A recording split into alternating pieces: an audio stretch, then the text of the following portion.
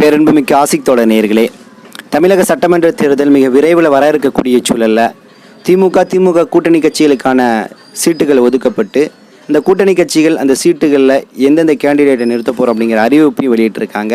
திமுக 175 இடங்களில் தங்களது வேட்பாளர்கள் யார் அப்படிங்கிற முழு விவரத்தையும் அறிவிச்சிருக்கு. இந்த சூழலில் தான் மனதிற்கு மிகப்பெரிய ஒரு வழி ஏற்படுத்தக்கூடிய ஒரு செய்தி என்னென்னா, விடுதலை சிறுத்தை கட்சியுடைய தலைவர் திருமாவளவன் அவர்கள் கிடைத்த 8 சீட்டில் போன முறை திறமையாக தனது பணியை செய்த நாகை எம்எல்ஏவாக இருக்கக்கூடிய என் அன்பு சகோதரர் ஆலூர் ஷானவாஸ் அவர்களுக்கு வாய்ப்பு கொடுக்காதது என்பது ஒரு மிகப்பெரிய வருத்தத்தை ஏற்படுத்தியிருக்கு. மற்றொரு பக்கம் KM ஷரீஃப் அவர்கள் பழனி பாபாவுடைய வாரிசு என்று சொல்லக்கூடிய அளவுக்கான நபர் இன்னைக்கு டிவிக்கில் சேர்ந்திருக்கிறது ஒரு பெரிய ஆச்சரியமான விஷயமாக காணப்படுது. இன்னொரு பக்கம் மாமகவில் போன முறை நின்ற அதே 2 நபர்களை இந்த முறை நிற்பது என்பது ஏன் புதிய நபர்களுக்கு வாய்ப்பு கொடுக்கல அப்படிங்கிற மாதிரி கேள்விகள் சோஷியல் மீடியாவில் இன்றைக்கி எழுப்பப்படுது. ஸோ இந்த விஷயங்களை குறித்து தான் சற்று விரிவாகவும் ஆழமாகவும் இந்த காணொலியில் பார்க்க போகிறோம். பார்ப்பதற்கு முன்னாடி நமது ஆசிக் தோழர் என்ற இந்த சேனலை மறக்காமல் சப்ஸ்கிரைபர் செய்து உங்கள் உறவினர்களுக்கும் நண்பர்களுக்கும் இந்த செய்தியை பகிருங்க. கீழே கூட பெல் ஐக்கானை கிளிக் பண்ணுங்கள். இதன் வழியாக நமது செய்திகள் உடனுக்குடன் உங்களை வந்தடையும். வாங்க செய்திகளுக்குள்ள. என் பேரன்புமிக்க ஆசிக் தோழர் நேயர்களே, இன்றைக்கி தமிழக சட்டமன்ற தேர்தலுக்கான வேட்பாளர்கள்லாம் அறிவிக்கப்பட்டு தேர்தல் திருவிழா என்பது மிக சந்தோஷமான முறையில் நடந்து கொண்டிருக்கிறது. காரணம் ஏன், இன்றைக்கி திமுக கூட்டணியில் கிட்டத்தட்ட அனைத்து கட்சிகளும் 95% முழுக்கவே இன்றைக்கி திமுக கூட்டணியோடு இணைஞ்சிருச்சு. முஸ்லீம்களை பொறுத்த வரைக்கும் சிறுபான்மை கட்சியாக இருக்கக்கூடிய பல கட்சிகள் இன்றைக்கி முழுக்கவே உள்ளே போயிருச்சு. அனைத்து கட்சிகளும் மாமக, SDPI, முஸ்லீம் லீக், அதே போல் தமிமுன் அன்சாரி அவர்களுடைய மனிதநேய ஜனநாயக கட்சி போன்ற அனைத்து நபர்களும் உள்ளே போய் அவர்களுக்கான இடத்தையும் பெற்றுக்கொண்டார்கள். அல்ஹம்துலில்லாஹ் ஒரே அணியில் நிற்கணும் அப்படிங்கிறதான் இன்றைக்கி முஸ்லீம்களுடைய ஆசையாக இருந்துச்சு. ஏனென்றால் ஒன்றாக சேர்ந்து நீங்கள் போய் சீட்டு கேளுங்க, ஒற்றுமையோடு சீட்டு கேளுங்க, உங்களுக்கு சீட்டு அதிகமாக கிடைக்கும். நமது விகிதாச்சார அடிப்படையிலான சீட்டு, நமக்கான சரியான எம்எல்ஏக்கள் சட்டமன்றத்திலும் MPக்கள் நாடாளுமன்றத்திலும் இருக்கணும் அப்படிங்கிறது முஸ்லீம்களுடைய வேண்டுகோள். அந்த அடிப்படையில் இன்றைக்கி கணக்கு போட்டிங்கன்னா ஒட்டுமொத்தமாக நான் சொல்கிறது கூட்டணி கட்சிகள் இல்லை, திமுக கொடுத்த சீட்டு ஒரு 6 சீட்டு அப்படின்னு சொல்லிட்டு காங்கிரஸ் மேபி ஒன்று கொடுத்துருக்கான்னு தெரியல. காங்கிரஸ் மேபி கொடுத்துச்சுன்னா அலீம் புகாரிக்கு கொடுத்தா நல்லாயிருக்கும்னு நம்ம நினச்சோம். என்ன அது சூழல் அப்படின்னு தெரியல. பட்டு மாமகவுக்கு 2 சீட்டாகட்டும், அதே போல் இந்திய யூனியன் முஸ்லீம் லீக் 2, SDPIக்கு 1, மஜக தமிமுன் அன்சாரி அவர்களுக்கு 1ன்னு சொல்லிட்டு திமுக கொடுத்த சீட்டு மற்றும் கூட்டணி கட்சிகள் சீட்டு அப்படின்னு எல்லாம் சேர்த்து கணக்கு போட்டோம்னா VCK 1 கொடுத்துருக்கு, முஸ்லீம்களுக்குன்னு 1 கொடுத்துருக்கு. அதுதான் அவங்க பார்வை போல் கொடுத்துருக்கு. ஸோ ஒட்டுமொத்தமாக சேர்த்து நம்மளுடைய விகிதாச்சார அடிப்படையில் கணக்கு போட்டால் ஒரு 15-16 சீட்டு நம்ம சொல்லலாம். ஆனால் இன்றைக்கி கிட்டத்தட்ட 13 சீட்டுகள் கிட்டத்தட்ட நெருங்கி இருக்குது. திமுக கொடுத்த சீட்டு, கூட்டணி கட்சி சீட்டுன்னு சொல்லிட்டு முஸ்லீம்களுடைய பிரதிநிதித்துவம் நம்ம கேட்குறோம்ல, அது 13 சீட்டாக இன்றைக்கி மாறி இருக்கிறது. உள்ளளவு மகிழ்ச்சி. திமுகவுக்கு மிகப்பெரிய வாழ்த்துக்களும் பாராட்டுக்களும். இந்த செயல்பாடை இனி எதிர்காலத்தையும் கொண்டு போகணும் அப்படிங்கிறது நமது ஆசை. ஸோ இப்படிப்பட்ட கலாச்சூழல் போயிட்டுருக்கு. இந்த வேளையில் பல நபர்களுக்கு நான் வாழ்த்துக்களையும் நன்றிகளையும் தெரிவிச்சுக்கிறேன். திமுக சார்பாக நிற்கக்கூடியவர்கள், கூட்டணி கட்சியை சார்ந்தவர்கள், எனக்கு ரொம்ப பழக்கமாக இருக்கக்கூடிய பிரசன்னா அவர்கள் இன்றைக்கி எழும்பூர் தொகுதியில் நிற்கிறாரு. பெரிய சந்தோஷம். ரொம்ப நாளாக எதிர்பார்த்துருந்தேன் பிரசன்னா அவர் நிற்கணும் அப்படிங்கிறது. அவர் நின்றுருக்கிறாரு. இன்னும் பல இடங்களில் SDP கட்சியுடைய தலைவர் நெல்லை முபாரக் இன்றைக்கி நன்னிலம் தொகுதியில் நின்றுருக்கிறாரு. அதே போல் தமிமுன் அன்சாரி அவர்கள் சிதம்பரம் தொகுதியில் நின்றுருக்கிறாங்க. இன்னும் மாமகவை சார்ந்தவர்கள் சமதண்ணன் ஆகட்டும், ஜவாஹிர்லான் ஆகட்டும், இவர்களுக்கான தொகுதி என்பது எல்லாமே பெரிய ஹாப்பி தான். பெரிய எந்த ஒரு குறையும் கிடையாது. ஒரு பெரிய மகிழ்ச்சி, ஒரு பெரிய வெற்றியை நோக்கிய பயணம். ஆனால் VCK மிகப்பெரிய அளவு ஃபைட் பண்ணி 10 சீட்டு எப்படியாவது பெறணும்னு ஒரு முயற்சி பண்ணிட்டு இருந்துச்சு. பார்த்தீங்களா, அந்த முயற்சி இன்றைக்கி தோல்வி அடைஞ்சிருக்கு. அது பெருந்தன்மையாக திருமாவளவர்கள் எடுத்துக்கிறாங்க. இன்றைக்கி தேமுதிகவுக்கு 10 சீட்டை கொடுத்துருக்குறாங்க, இவங்களுக்கு 8ங்கும் போது நமக்கு அது நறுடலாக இருக்கலாம், விமர்சனங்களாக இருக்கலாம். ஆனால் திருமாவளவன் அவர்கள் சகோதரர் அவர்கள் அது எளிமையாக எடுத்துக்கிட்டாங்க. இதுதான் கலச்சூழல். தேமுதிக ஒரு எதிர்கட்சியாக இருந்திருக்கு, அதோடைய பலம், அதோடைய ஸ்டேட்டஸ் என்ன, அதை பார்த்து தான் கொடுத்துருக்காங்கன்னு சொல்லிட்டு அவர் வெளிப்படையாக சொன்னால் கூட ஸ்டேட்டஸ் பலத்தை சார்ந்து களத்தில் களமாடிய நபர்கள் அப்படிங்கிற ஒரு விஷயம் இருக்குல்ல, களத்தில் போராடிய நபர்கள், களத்தில் அரசியலை சரியான முறையில் ஒழுங்காக பின்பற்றிய நபர்கள், மக்கள் பிரச்சனையை அடையாளப்படுத்தி அதை சரி செய்த நபர்கள், பேச்சு இல்லாமல் அதுக்கு அந்த சொல்யூஷன் கொடுத்த நபர்கள்னு சொல்லிட்டு உண்மையாகவே விடுதலை சிறுத்தை கட்சியை போல் ஒரு உன்னதமான கட்சி இல்லை என்னால் சொல்ல முடியும். இன்னும் சொல்லணும்னா நான் பலமுறை சொல்லியிருக்கேன், நினச்சிருக்கேன், திருமாவளவன் அவர்கள் முதலமைச்சராக மாறணும் அப்படிங்கிறதே அந்த ஆசை. துணை முதல்வர் அப்படிலாம் கனவு இல்லை, முதலமைச்சரே மாறணும். அந்தளவுக்கு அவர்கிட்ட என்ன இருக்குது, அவருக்கு செல்வாக்கும் இருக்குது, அரசியல் ஞானமும் இருக்குது. ஸோ இப்படிப்பட்ட நபருடைய இந்த முடிவு என்பது எனக்கு மிகப்பெரிய ஒரு அதிர்ச்சி ஏற்படுத்தியிருக்கு. ஏன்னா இன்றைக்கி VCK அவங்களுக்கு தெரியும் 8 இடங்களை கிட்டத்தட்ட பெற்றிருக்குது. 8 இடங்களை பெற்று 8 இடங்களுக்கான அந்த கேண்டிடேட்டை அறிவிச்சிருக்கு. அதில் திருமாவளவன் கட்சியுடைய தலைவர் அவர்கள் காட்டுமன்னார் கோயில் அதில் நிற்கிறார் அப்படிங்கிற செய்தி உங்களுக்கு கிடச்சிருக்கும். அதே போல் தொடர்ந்து செய்யூர் ஆகட்டும், திருப்பூர், பெரியகுளம், பன்ருட்டி போன முறை ஜவாஹர்லால் நின்னார் நினைக்கிறேன், திண்டிவனம், அரக்கோணம், கள்ளக்குறிச்சி. ஸோ 8 இடங்களுக்கான கேண்டிடேட் அறிவிச்சிட்டாங்க. ஸோ 8 இடத்துல மாறி மாறி தேர்னா கூட ஆலு ஷானவாஸ் அவர்களுடைய பேரை காணோம். என்னப்பா என்ன ஆச்சு, ஏன் கொடுக்கல? ஏன்னா போன முறை இருந்த நபர்கள் வந்து ஒரு ஆலு ஷானவாஸ் மட்டும் கிடையாது, 3 நபர்கள் வந்து இங்கே கொடுக்கல. 3 நபர்கள் வந்து SS பாலாஜி, பனையூர் பாபு, ஆலு ஷானவாஸ் 3 பேர் போன டைமு எம்எல்ஏ ஆனாங்க. இந்த முறை 3 பேரும் வந்து இல்லை. அப்போ அதற்கான விளக்கம் என்பது இன்னும் தெளிவான முறையில் வரல.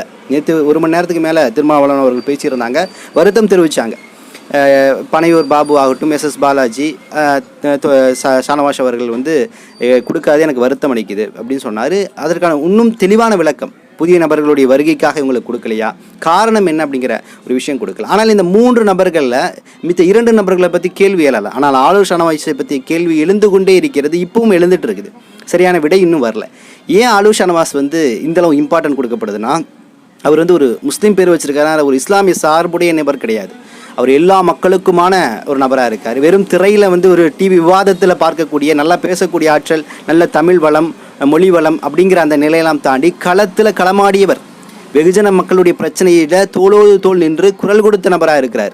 அவரை போன்ற அளவுக்கான ஒரு பங்களிப்பை வந்து யாரும் செலுத்தியிருக்க முடியாதுங்கிற அளவுக்கான விஷயங்களை செஞ்சுருக்கிறாரு. தனது தொகுதி நாகை தொகுதியில் பல பணிகளை செஞ்சுருக்கிறாரு. நாகூர் ஹனீஃபாவுக்கான குரல்கள்லாம் நீங்கள் கேள்விப்பட்டிருப்பீங்க.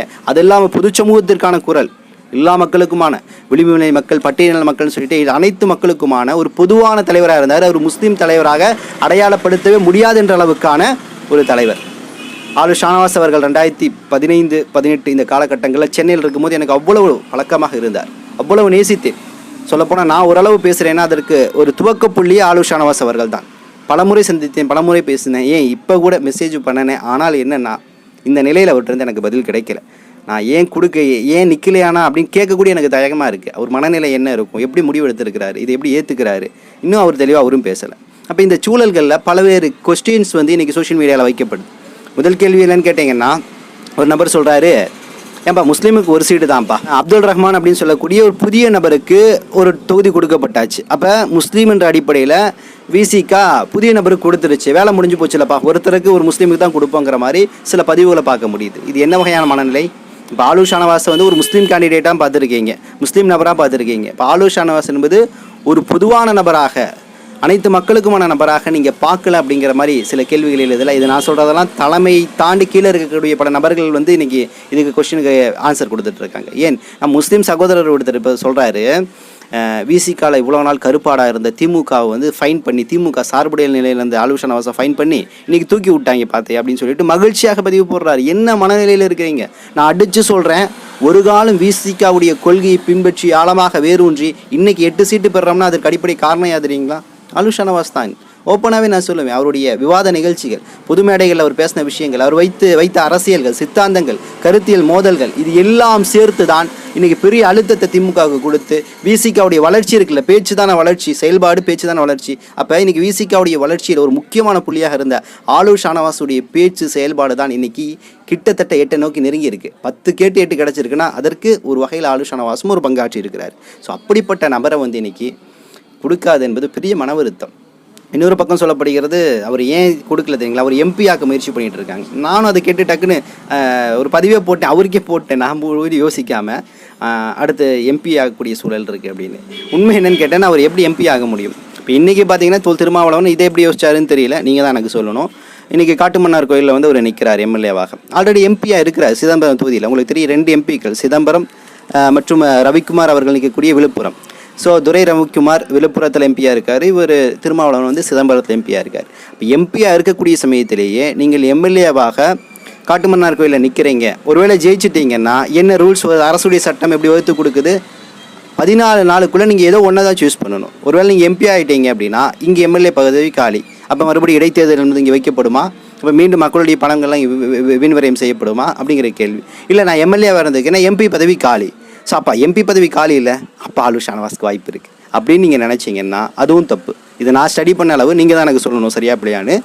ஏன்னா விழுப்புரம் ஆகட்டும் அல்லது இவர் நிற்கக்கூடிய சிதம்பரம், ரவிக்குமார் நின்றது விழுப்புரம், அப்போ விழுப்புரம் சிதம்பரம் 2 இருக்குது. அப்போ இவர் எம்எல்ஏ ஆகிட்டார், எம்பி பதவிக்கு ஆளினா அந்த இடத்துக்கு ஆலு ஷானவாஸ் கொடுக்க முடியுமானா முடியாது. ஏனென்றால் அது தனித்தொகுதி, பொது தொகுதி கிடையாது, தனித்தொகுதி, பட்டியலின மக்களுக்குன்னு ஒதுக்கப்பட்டது.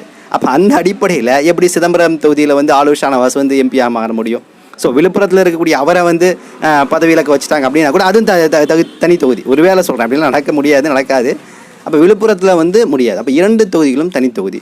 அப்போ எப்போ தான் இவருக்கு எம்பி வாய்ப்பு இருக்குது? 2029 இன்னொரு சீட்டு கூடுதலாக பெற்று விசிகா அந்த சீட்டு பொது தொகுதியாக இருந்து அந்த தொகுதியில் ஆலு ஷானவாஸ் கொடுத்தா உண்டு. அப்போ கிட்டத்தட்ட 2029 வரையும் ஆலு ஷானவாஸ் வந்து இயங்கணும், பொதுவாகவே இயங்கணும் அப்படிங்கிற மாதிரி நிலை வருது. ஆனால் ஆலு ஷானவாஸ் அவர்கள் வந்து இதெல்லாம் பெரிய அளவில் எனக்கு தெரிந்து ஒரி பண்ணிக்க மாட்டார். அவர் நம்பிக்கையோடு இருப்பார். 2029 அந்த வாய்ப்பு கிடைக்குமா கிடைக்காதா, சூழல் என்ன மாறப்போகுது அப்படிங்கிற நமக்கே இல்லை. ஆலு ஷானவாஸ் அவர்கள் குன்னம் தொகுதியில் நின்னார். உங்களுக்கு யாரும் இருக்குங்களா? 2016 இந்த கூட்டணி, மக்கள் நல கூட்டணி, தேமுதிக தலைமையிலான கூட்டணியில் குன்னம் தொகுதியில் நின்னார். அதுதான் ஃபர்ஸ்ட் எலெக்ஷன் அட்டெம்ப்ட், தோல்வி அடைஞ்சார். ஆனால் அதற்கு அடுத்த எலெக்ஷன் நாகப்பட்டினத்தில் பானை சின்னத்தில் நின்று வெற்றி பெற்றார். அப்போ நிச்சயமாக ஆலு ஷானவாஸுக்குன்னு ஒரு முகம் இருக்குது. அவருடைய பண்பு நலன்கள் என்பது ஒரு மிகச் சிறந்த நிலையில் இருக்குது. நல்ல அரசியல்வாதியாக, பேச்சாளராக, சிறந்த சிந்தனையாளராக இருக்கிறாங்க. அதனால தான் எனக்கு மிகப்பெரிய வருத்தம் ஆலு ஷானவாஸ் அவர்களுக்கு கொடுக்காது. நிச்சயமாக உள்ளளவு இது வருத்தம் தான். இதற்கான விடையை வந்து நிச்சயமாக பொதுவெளியில் திருமாவளவன் அவர்கள் கொடுக்கணும். ஆலு ஷானவாஸ் அவர்கள் அதற்கான விளக்கத்தை கொடுக்கணும். கேட்கும் போது தான் அது சரியாக நமக்கு தெரியும். புதிய நபர்களுக்கான வாய்ப்பை கொடுக்குறேன் அப்படிங்கிறதுக்காக ஒமிட் பண்ணிங்கன்னா, இல்லை முஸ்லீம்களுக்கு ஒரு சீட்டு இவருக்கு தான் அப்படிங்கிற அடிப்படையிலையா, இல்லை அவர் எம்பியாக்க போகிறாங்களா அடுத்த 2029 எலெக்ஷனில் அப்படிங்கிற விஷயங்களை எல்லாம் வந்து நம்ம பொறுத்திருந்து தான் பார்க்கணும். என்னவாக இருந்தாலும் எனது அன்புக்குரிய அண்ணன் ஆலு ஷானவாஸ்கிட்ட நான் நிறைய கற்றுருக்கேன், நிறைய பேசியிருக்கேன், நிறைய கற்றுருக்கேன். அவர் எனக்கு பெரிய இன்ஸ்பிரேஷனாக இருந்திருக்கிறாரு. அப்படிங்கிற பட்சத்தில் என் மனம் நேரத்தெல்லாம் வந்து உறங்கவே இல்லைன்னு சொல்லலாம். பெரிய ஒரு குழப்பம் ஏன் கொடுக்கல அப்படின்னு சொல்லிட்டு. ஸோ இன்ஷா அல்லாஹ் பொறுத்திருந்து பார்ப்போம். ஆலு ஷானவாஸ் அவருடைய திறமைக்கு நிச்சயமாக மிகப்பெரிய வெகுமதி இருந்து நான் அடித்து சொல்கிறேன், ஒரு காலம் அவர் திமுகவில் இணைய மாட்டார். பல பேர் திமுக இணைஞ்சிருவார், திமுகவுடைய ஸ்லீப்பர் செல்லு அப்படிங்கிறனால தான் எலிமினேட் பண்ணுறாங்க. கிடையாது. ஆலு ஷானவாஸ் அவர்கள் பண்பு நலம் மிக்கவர்கள், கொள்கையில் உறுதியாக கொண்டவர். இதுவரையிலும் இவ்வளவு டிபேட் நடந்திருக்குல்ல, எந்த இடத்துல அவர் தவறானவன் சொல்லி பேசப்பட்டிருக்கு, அவர் கருத்து தவறு, அவர் செயல்பாடு தவறுன்னு பேசப்பட்டிருக்கு. இதுவரையிலும் அவர் யோசித்து பேசுவார். இன்னும் சொல்கிறேனே, ஒரு நபர்கள்ட்ட பழகக்கூடிய சமயத்தில் கூட யோசித்து பழகுவார். நான் சொல்வது அந்த பழகுதல் யோசித்து அப்படிங்கிறது இவர் யார், இவருடைய கருத்தியல் என்ன, சித்தாந்தம் என்ன அப்படிங்கிற அளவில் இருந்து தான் ஒருத்தர் நெருங்குவார் தவிர உடனுக்குடனே அவர் நெருங்க மாட்டார். எதாக இருந்தாலும் பொறுமையாக முடிவெடுக்கக்கூடியவர். ஸோ இப்படிப்பட்டவருக்கு இந்த வாய்ப்பு கிடைக்கலங்கிறது உள்ளளவு வருத்தம். நிச்சயமாக இதற்கான பதிலை அவங்களுடைய கட்சி தலைமை பதில் சொல்லும். உள் விவகாரங்களில் நான் தலையிட விரும்பலை. அவருக்கு கொடுக்கல, அவர் அது பெருந்தன்மையை ஏற்றுக்கிட்டாரா அப்படிங்கிறது தான் அங்கே நிலை. இருந்தாலும் கொடுக்காது பொதுவெளியில் இன்றைக்கி கேள்வி எழுப்பப்படுது அப்படிங்கும்போது நிச்சயமாக இதற்கான பதில் அவங்க கொடுக்கணும். அடுத்து KM ஷரீஃப் அவர்கள் புதுக்கோட்டையில் ரொம்ப காலம் அரசியல் செய்து கொண்டிருக்கக்கூடிய நபர்கள், பெரிய அளவில் வெளியே வராத நபர்கள், இன்னும் சொல்லணும்னா சென்னையை மையமாக வைத்து அரசியல் செய்யாத நபராக புதுக்கோட்டையில் இருக்கக்கூடியவர்கள். நான் விமர்சனம் செய்யவே இல்லை, அவர் எந்த விதத்திலும் நான் கடியலை. ஆனால் அவருடைய நிலைப்பாடு சற்று தவறாயிருச்சோ அப்படிங்கிற எண்ணம் என்னென்னா, இவ்வளவு ஆண்டுகள் பல கட்சிக்கு ஆதரவு, திமுக STP பல கட்சிகளுக்கு ஒரு ஆதரவு கொடுத்துருக்கிறாரு. பழனி பாபாவிலேருந்து நேரடியாக பயிற்சி பெற்றவர், அதை நான் ஒத்துக்கிறேன். அவர் கண்கூடாக இருந்து வளர்ந்து பேசிய நபராக இருக்கார். அவருடைய பேச்சு பழனி பாபா ரசிச்சிருக்கிறாரு, அதை அங்கீகரிச்சிருக்கிறார். ஸோ இப்படிப்பட்ட நிலையில் தான் இன்றைக்கி டிவிக்கு கூட கூட்டணி அப்படிங்கிறது ஒரு மிகப்பெரிய வருத்தம். ஒருவேளை STP திமுக டிவிக்கு கூட கூட்டணி வச்சுருந்துச்சுன்னா ஏன் நானே விமர்சனம் செஞ்சுருப்பேன், இது தமிழக மக்களும் விமர்சனம் செஞ்சுருப்பாங்க. வெறும் வந்து பாசிச எதிர்ப்புன்னு அவங்க காட்டுறனாலே, அது மேம்போக்காக காட்டுறனாலே நீங்கள் போய் ஏன் வச்சீங்க அப்படிங்கிற மாதிரி இன்றைய சூழலில் பெரிய எதிர்ப்பு. இறைவன் பெரிய கிருபை, சரியான முடிவை STP எடுத்துச்சு. ஆனால் KM ஷரீஃப் வந்து புதுக்கோட்டையில் போய் இன்றைக்கி நிற்கிறதுக்காக டிவிக்கில் சீட்டு வாங்கியிருக்காரு. இந்த கமலுக்கு ஆதரவு தெரிவித்த நபர். அப்போ கமலாகட்டும், விஜய் ஆகட்டும், முஸ்லீம்கள் விரோதிகள் படத்தில் எந்த அளவு சித்தரிச்சிருக்காங்க தீவிரவாதிகளாக. ஸோ அப்படிப்பட்ட நபர்கள் கூட போய் இருக்கிறது அப்படிங்கிறது ஒரு மிகப்பெரிய ஒரு அவமான சின்னமாக தான் நான் பார்க்குறேன். சரி, அவருடைய தனிப்பட்ட முடிவு, அதோடைய பலன்கள் அவர் தான் அனுபவிக்க போகிறாரு. ஸோ அது விட்டுருவோம். அடுத்து இன்றைக்கி மாமக கட்சியை சார்ந்தவர்களுக்கு 2 சீட் எப்பயும் போல 3 முயற்சி பண்ணாங்க, 2 தான் கிடச்சிச்சு. ஸோ இந்த 2 இன்றைக்கி வந்து பெற்றிருக்கிறாங்க. ஸோ இந்த 2 நிற்க போகிறாங்க. எப்பயும் போல் மணப்பாறையில் பார்த்திங்கன்னா சமாதானம் நிற்க போகிறாரு. ஜவாஹர்லாம் வந்து ராமநாதபுரத்தில் இது நாகையில் நிற்க போகிறாரு அப்படிங்கிற தகவல்கள் வந்திருக்கு. ஸோ இந்த சமயத்தில் என்ன கேள்வி எல்லாத்துக்குள்ளும் வருதுன்னா, நீயே 2 நபர்களையும் திரும்ப நிற்கிறீங்க, புதிய நபர்களுக்கு வாய்ப்பு கொடுங்க. எப்படி IUML பார்த்தீங்களா, தலைவரும் பொதுச் செயலாளரும் இந்த முறை நிற்கலை. IUML சார்பாக வந்து 2 பேர், AM ஷாஜகான் நிற்கிறாரு, SSB சையது ஃபாரூக் நிற்கிறாரு. அப்போ இது போல் வந்து தமுமுக வந்து ஏன் வந்து இது மாமக வந்து ஏன் வந்து இதை ப்ரெசென்ட் பண்ணலை அப்படிங்கிற கேள்வி எழுது. இப்போ பொதுவாக இப்போ விசிக்கால 8 சீட்டு வாங்கியிருக்கு அப்படின்னு கேட்டிங்கன்னா புதிய நபர்களுக்கான வாய்ப்பு. அப்போ சீட் எவ்வளோ அதிகமாக கிடைக்குதோ புதிய நபர்களுக்கான வாய்ப்பு இருக்கும். அப்போ 1 சீட்டு 2 சீட்டு கொடுக்கக்கூடிய இடத்துல கட்சியுடைய தலைவர் தான் அங்கே நிற்கக்கூடிய நிலை வருது. ஏன்னா முன்னோடி மூத்த நபராக இருக்கிறார் அப்படிங்கிற அடிப்படையில். இப்போ திமுகவை எடுத்துட்டிங்கன்னு வச்சுக்கோங்களேன், ஸ்டாலின் நிற்கிறார். ஸ்டாலின் நிற்காமலாம் இருக்க மாட்டார். ஏன்னா அவங்கள்ட்ட சீட்டு கூட இருக்குது, பல நபர்களுக்கு கொடுப்பாங்க. அப்போ 2-3 சீட்டு வாங்கக்கூடியவர்கள் என்ன பண்ணுவாங்கன்னா முதல் கட்டமாக தலைவர், கட்சியுடைய தலைவர் அல்லது பொதுச் செயலாளர் இல்லை மூத்த தலைவருக்கு முன்னுரிமை கொடுப்பாங்க. அப்போ இந்த முறை நமக்கு எழக்கூடிய கேள்வி என்னன்னு கேட்டிங்கன்னா, 2 சீட்டுகள் கிடைச்சிருக்கு. 2மே முன்பு நின்ற நபர்கள் நின்றுருக்கிறாங்க, அனுபவம் இருக்குது, மூத்த நபர்கள், நல்ல திறமைசாலிகள், சட்டமன்றத்தில் திறமையாக செயல்பட்ட நபர்கள், விமர்சனம் இல்லாத நபர்கள், எல்லா விதத்தையும் ஓகே. மீண்டும் அவர்கள் நிற்கக்கூடிய வாய்ப்புகளும் தகுதிகளும் இருக்குது. இருந்த பொழுதும் இந்த 2ல் 1 நம்ம சொல்வது என்னென்னா 2மே சொல்ல 2ல் 1 நபருக்கு ஒரு புதிய வாய்ப்பு. இப்போ இந்த முறை 3 சீட்டு கிடச்சிருந்துச்சின்னு வச்சுக்கோங்களேன் மாமகவுக்கு, சரி 2 நபர்கள் இவங்க, 1 நபர் புதிய நபர்னு சொல்லலாம். அப்போ இருக்கிறது மீண்டும் 2 சீட்டு தான். அதில் இந்த 2ல் ஒன்று ஜவாஹர் இல்லைன்னா மற்றொன்று வேறு ஒரு நபருக்கோ அப்படி கொடுத்துருக்கலாமோ அப்படிங்கிற ஒரு எண்ணத்துலேருந்து தான் கேட்குறோம், தவிர இது விமர்சனமோ எதிர்வினையோ கிடையாது. ஏன்னா இன்றைக்கி சோஷியல் மீடியாவில் இப்படியும் சில பதிவுகள் வந்து முன்வைக்கப்படுகிறது. ஸோ இப்படிப்பட்ட நிலையில் இன்றைக்கி வந்து தமிழக அரசியல் சூழல் போயிட்டுருக்குது. பொறுத்திருந்து பார்ப்போம். நான் மீண்டும் சொல்கிறது அப்படி தான், ஆளுஷ் ஷானவாஸ் அவர்கள் வந்து ஒரு சிறந்த நபர்கள். அவரை வந்து நிச்சயமாக இழப்பது என்பது எனக்கு ஒன்றும் புரியல. ஒரு 2-3 மாதம் ஒரு பெருசாக பேசி நான் பார்க்கல. சோஷியல் மீடியாவில் டிபேட்லாம் பெருசாக பேசி பார்க்கல. என்னன்னு தெரியல. ரமலான் காலத்தில் ஒரு நோன்பு வைப்பார், தொழுவார், மிச்ச நேரங்களையும் தொழக்கூடிய நபராக இருக்கிறார். தனது இறை அச்சத்தையும் இறை பற்றியும் எந்த விதத்திலும் பொதுவெளியில் பெருசாக ஃபோக்கஸ் பண்ணிக்க மாட்டார். தொப்பி போட்டு தாடி வச்சு காட்டிக்கிட்டா தான் நான் முஸ்லீம் அப்படின்னு நினைக்கக்கூடியவர் இல்லை. உள்ளத்தில் இறையச்சத்தோடு இருக்கக்கூடியவர். நான் உம்ரா போகிறதுக்கு முன்னாடி உம்ரா போயிட்டு வந்தார். எல்லாமே சைலண்ட்டாக தான் இருக்கும். அமல் அல்லாவுக்கானது. ஸோ அவருக்கும் அல்லாவுக்கும் மத்தியில் அந்த இணக்கம் என்பது என்றைக்குமே இருக்கும். பொதுவெளியில் பெருசாக ஃபோக்கஸ் பண்ணிக்க மாட்டார். பொதுவெளியில் எல்லா மக்களும் ஏற்றுக்கொள்ளக்கூடிய நபராக இருப்பார். ஸோ ரமலான் காலத்தில் நோன்பு வச்சுருப்பார். அப்படி இப்படின்னு பார்த்தா கூட மிச்ச நாட்களில் அவர் ஊடகங்களை ஏன் வரல, ஏன் விலகி நிற்கிற மாதிரியே இருக்கிறார் அப்படிங்கிற விஷயங்களும் சற்று எனக்கு குழப்பத்தை ஏற்படுத்துது. ஸோ இருந்தாலும் எதாக இருந்தாலும் பொறுத்திருந்து அவர்கள் வாயிலாக என்ன பதில் வருது அப்படிங்கிறத நம்ம பார்ப்போம். இன்னும் சில தகவல்களை திரட்டி கொண்டு இன்ஷா அல்லாஹ் விரைவில் வந்து உங்களை சந்திக்கின்றேன். நன்றி. அஸ்ஸலாமு அலைக்கும் வரஹ்மத்துல்லாஹி வபரகாத்துஹு.